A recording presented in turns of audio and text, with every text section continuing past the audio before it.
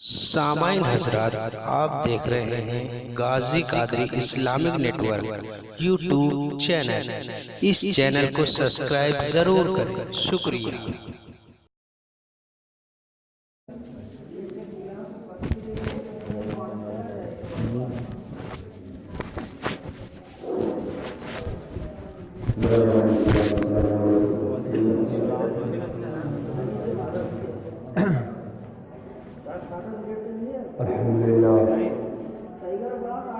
الحمد لله نحمده ونصلي على رسوله الكريم أما بعد أعوذ بالله من الشيطان الرجيم بسم الله الرحمن الرحيم قد جاءكم من الله نور وكتاب مبين أما بعد أعوذ بالله من الشيطان صدق الله مولانا العظيم وصدق رسوله النبي الأمين المتين الكريم ونحن على ذلك لمن الشاهدين والشاكرين والحمد لله رب العالمين۔ سنا ہے آپ ہر عاشق کے گھر تشریف لاتے ہیں، سنا ہے آپ ہر عاشق کے گھر تشریف لاتے ہیں، میرے گھر پر بھی ہو جائے چراغاں یا رسول اللہ، میرے گھر پر بھی ہو جائے چراغاں یا رسول اللہ، اور سرور کہوں کہ مالک و مولا کہوں تجھے، سرور کہوں کہ مالک و مولا کہوں تجھے، اور باغ خلیل کا گل زیبا کہوں تجھے، باغ خلیل کا گل زیبا کہوں تجھے، اور رضا نے اس پہ ختم سخن کر دیا، رضا نے ختم سخن اس پہ کر دیا کہ خالق کا بندہ خلق کا آقا کہوں تجھے، خالق کا بندہ خلق کا آقا کہوں تجھے۔ آئیے ہم اور آپ کچھ عرض و معروف سے ماقبل ایک بار نبی کے بارگاہ میں عقیدت کی تھالی میں سجا کر درود پاک پڑھیں۔ اللہم صلی علی سیدنا شفیعنا حبیبنا سیدنا مولانا محمد وسلم۔ برادران اسلام، جب کوئی آپ سے درود و سلام پڑھنے کے لیے آپ سے گزارش کرے تو آپ مہربانی کر کے اتنا جھوم کے درود شریف پڑھیں، اتنا جھوم کے پڑھیں کہ جو سامنے گستاخ رسول بیٹھا ہو وہ پاش پاش ہو جائے۔ اور امام زین العابدین فرماتے ہیں، جو امام حسین کا بیٹا ہے امام زین العابدین، وہ زین العابدین فرماتا ہے کہ سنیت کی پہچان یہ ہے کہ جب کسی سنی سے درود پڑھنے کو کہا جائے وہ جھوم کر درود پاک پڑھے۔ اور آپ ذرا غور تو فرمائیں کہ جب ایک بندہ کوئی شخص گاؤں کا جب باشندہ ہوتا ہے، کوئی لیڈر ہوتا ہے یا کوئی پرائم منسٹر ہوتا ہے، کوئی چیف منسٹر ہوتا ہے، کوئی بھی ہوتا ہے، وقت کا بادشاہ ہوتا ہے، جب کوئی اسے خط لکھ کر بھیجتا ہے کہ میرے گاؤں میں فلاں چیز کی کمی ہے، آپ اس کا انتظام فرما دیں، تو جب چیف منسٹر کے پاس جب لیٹر پہنچتا ہے، لیٹر پہنچنے کے بعد چیف منسٹر لیٹر کو دیکھتا ہے، تو آج کے بڑوں کا حال یہ ہے کہ جب چھوٹوں کے گھروں سے کوئی چیز لیٹر جاتا ہے، یہاں تک کہ اگر کوئی چھوٹا کسی بڑے سے سلام کرتا ہے تو جو بڑا انسان ہوتا ہے چھوٹے کے سلام کا جواب تک نہیں دیتا ہے، اس لیے کہ میں اگر چھوٹے کو سلام کا جواب دوں گا تو میری بے ادبی ہوگی، میری بے عزتی ہوگی، اسی لیے وہ چھوٹے کا سلام کا جواب تک نہیں دیتا ہے۔ تو جب بڑے کے چیف منسٹر کے پاس جب کسی چھوٹے درجے کا خط پہنچتا ہے تو چھوٹے درجے کا خط جو پہنچتا ہے چیف منسٹر اس کا جواب نہیں دیتا ہے، یہاں تک کہ اگر کسی کے لیٹر کا، کسی کے خط کا اگر جواب دے دے تو اس کی خوشی کا عالم یہ ہوتا ہے کہ پورے گاؤں میں، پورے اپنے ملک میں اس بات کا ڈنکا پیٹتا ہوا نظر آتا ہے کہ آج ایک چیف منسٹر نے میرے خط کا جواب دے دیا ہے، تو اس کے خوشی کا عالم یہ ہوتا ہے۔ لیکن سنیوں قربان جاؤ، جس کے در سے بادشاہت کی بھیک ملتی ہے وہ مصطفیٰ ارشاد فرماتا ہے کوئی سنی جب میرے لیے سلام کرتا ہے تو میرا رب اس کے طرف مجھے متوجہ فرماتا ہوں، میں اس کا جواب دیتا ہوں۔ تکبیر، نعرہ رسالت، نعرہ رسالت، حضور کی آمد، حضور کی آمد، علماء اہل سنت، نعرہ تکبیر، نعرہ رسالت۔ تو برادران اسلام، اس مسئلے سے سمجھ میں آتا ہے کہ جب کوئی درود و سلام پڑھنے کو بولے تو بہت ہی لو لگا کر پڑھنا چاہیے۔ ایک بار اور لو لگا کر پڑھ لیں، اللہم صلی علی سیدنا شفیعنا حبیبنا کریمنا مولانا محمد بارک وسلم، صلاۃ و سلام علیک یا رسول اللہ صلی اللہ علیہ وسلم۔ برادران اسلام، ہم اور آپ کو بخوبی یہ بات معلوم ہے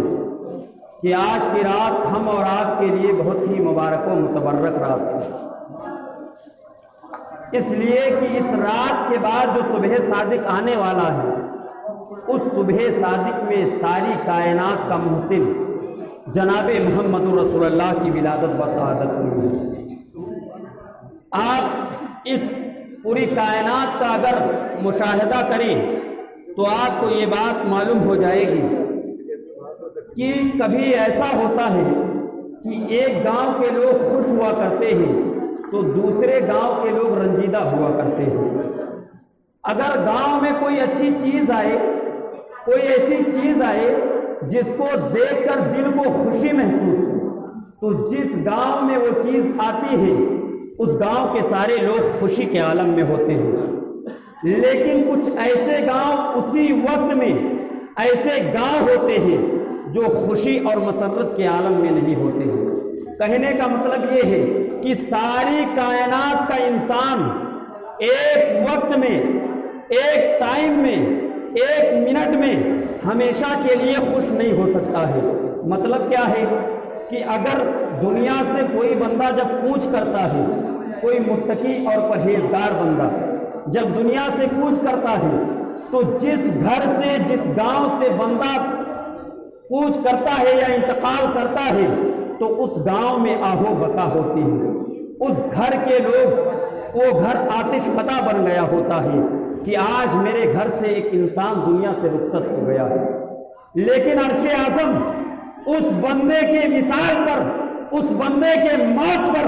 خوش ہوتا ہوا نظر آتا ہے۔ اس لیے اس کو معلوم ہوتا ہے کہ آج دنیا سے ایک اچھا بندہ، ایک متقی اللہ سے ڈرنے والا بندہ دنیا سے کوچ کیا ہے اور اس کی روح آ جا کر مجھ پر رکے گی، اس لیے عرصے قرصے خوش ہوتے ہوئے نظر آتے ہیں۔ اسی طریقے سے 1947 میں ہندوستان فتح ہوا، ہندوستان آزاد ہوا، تو 1947 کو ہندوستان کے سارے لوگ خوش ہوتے ہوئے نظر آتے ہیں، اس لیے ان کو انگریز کے شکنجے سے آزادی حاصل ہوئی تھی، اسی لیے خوش ہوتے ہوئے نظر آتے ہیں۔ لیکن جو انگریز ہوتے ہیں وہ 1947 کو غم مناتے ہیں، اس لیے ان سے ایک سونے کی چڑیا جس کو ہندوستان کے نام سے یاد کیا جاتا تھا، وہ دیش ان کے ہاتھوں سے نکل گیا تھا۔ کہنے کا مطلب یہ ہے کہ سارے انسان ایک وقت میں خوش نہیں ہو سکتے ہیں، لیکن اے مسلمانوں، تم تاریخ اٹھا کر دیکھ لو، آمینہ کا لال جب اس دنیا میں آیا تھا، جب اس دنیا میں پیدا ہوا تھا، وہ اس کی ولادت پر انسان تو انسان ہے بلکہ عالم ارواح میں فرشتے بھی خوش تھے اور تمام حوریں بھی خوش تھے، اس لیے کہ آج مصطفیٰ دنیا میں جلوہ گر ہو چکا ہے اور اس کی جلوہ گری پر انسان بھی خوش ہے اور حیوان بھی خوش ہے، شجر و حجر بھی خوش ہے اور ساتھ ساتھ فرشتے بھی خوش ہیں۔ سبحان اللہ۔ مصطفیٰ کی ولادت یہ ہے۔ برادران اسلام، آج کے اس دنیا میں میں زیادہ دیر تک آپ کے ٹائم کو ضائع نہیں کروں گا، اس لیے مجھے بھی دوسرے پروگرام میں بھی جانا ہے۔ میں آپ تمامی حضرات کے سامنے حاضر ہوا ہوں صرف اور صرف نبی کی ولادت کا ایک خوشہ رکھنے کے لیے کہ جب میرے نبی اس دنیا میں نہ آئے تھے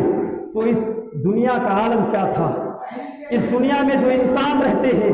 کس طریقے سے درندے بن چکے تھے، کس طریقے سے حیوان بن چکے تھے، ان کے اندر جانور کا وہ جو مجسمہ ہوتا تھا انسانوں کے اندر جمع ہو گیا تھا۔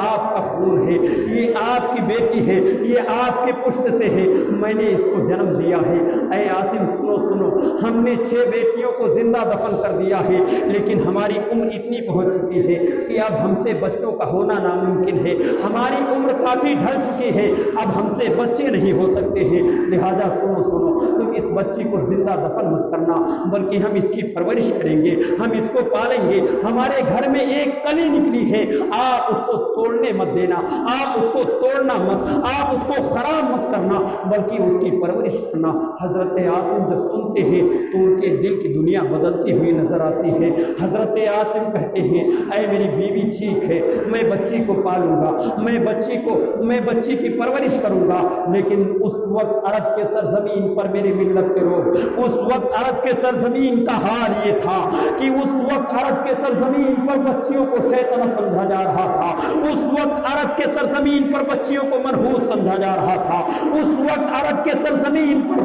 بچیوں کو نحوست سمجھا جا رہا تھا۔ حضرت عاصم جب مکے کی گلیوں میں نکلتے تھے تو لوگ تانا دیتے تھے کہ عاصم کے گھر پر ایک شیطنت پل رہی ہے، عاصم کے گھر پر ایک منحوس پل رہی ہے، ایک نحوست پل رہی ہے۔ حضرت عاصم رضی اللہ تعالیٰ عنہ جب لوگوں کے تانے سے تنگ آ گئی تو عاصم نے فیصلہ کر لیا کہ آج رات میں اپنی بیٹی کا کام تمام کر دوں گا، آج میں اسے زندہ دفن کر دوں گا۔ حضرت عاصم گھر جاتے ہیں، جب لیٹنے کا وقت ہوتا ہے حضرت عاصم اپنی بیوی سے کہتے ہیں اے میری بیوی سنو، جس طریقے سے تمہارا حق اس بیٹی پر ہے اسی طریقے سے میرا بھی حق اس بیٹی پر ہے، سنو سنو، آج میں اپنی بیٹی کو اپنے ساتھ سلاؤں گا۔ حضرت عاصم کی بیوی نے جب سنا تو ان کو اطمینان ہو گیا کہ شاید میرے شوہر کے دل میں میرے بیٹی کے لیے محبت پیدا ہو گئی ہے۔ حضرت عاصم کی بیوی بیٹی کو دیتی ہے، اس کے بعد جا کر سو جاتی ہے۔ رات کا تیسرا پہر گزرتا ہے،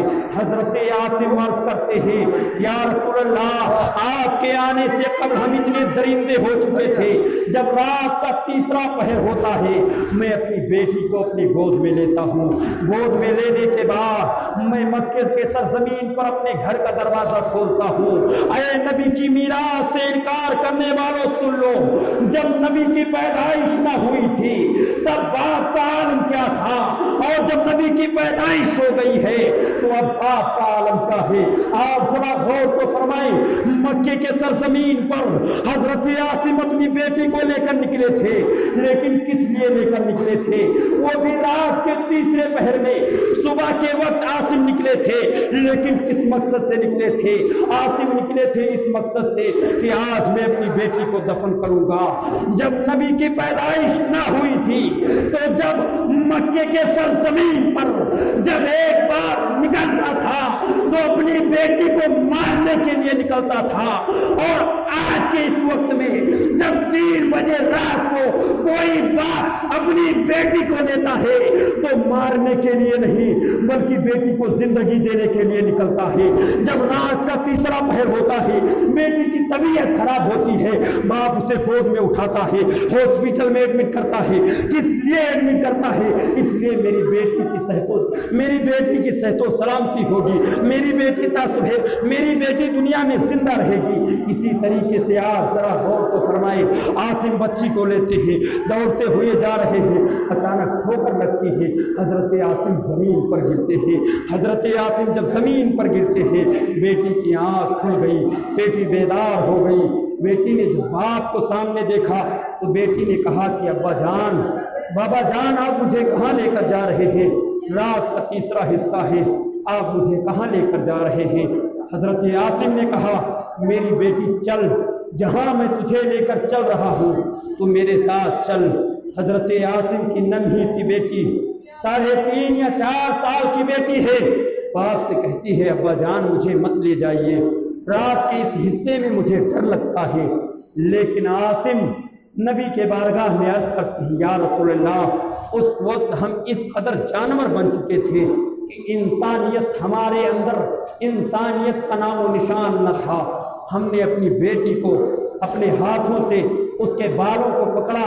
اور مکے کی سرزمین پر جو ریتیلی زمین تھی، کنکر پتھر موجود تھے، انہی کنکروں اور پتھروں میں میں نے اپنی بیٹی کو گھسیٹنا شروع کیا۔ جب میں نے گھسیٹنا شروع کیا اور گھسیٹتے گھسیٹتے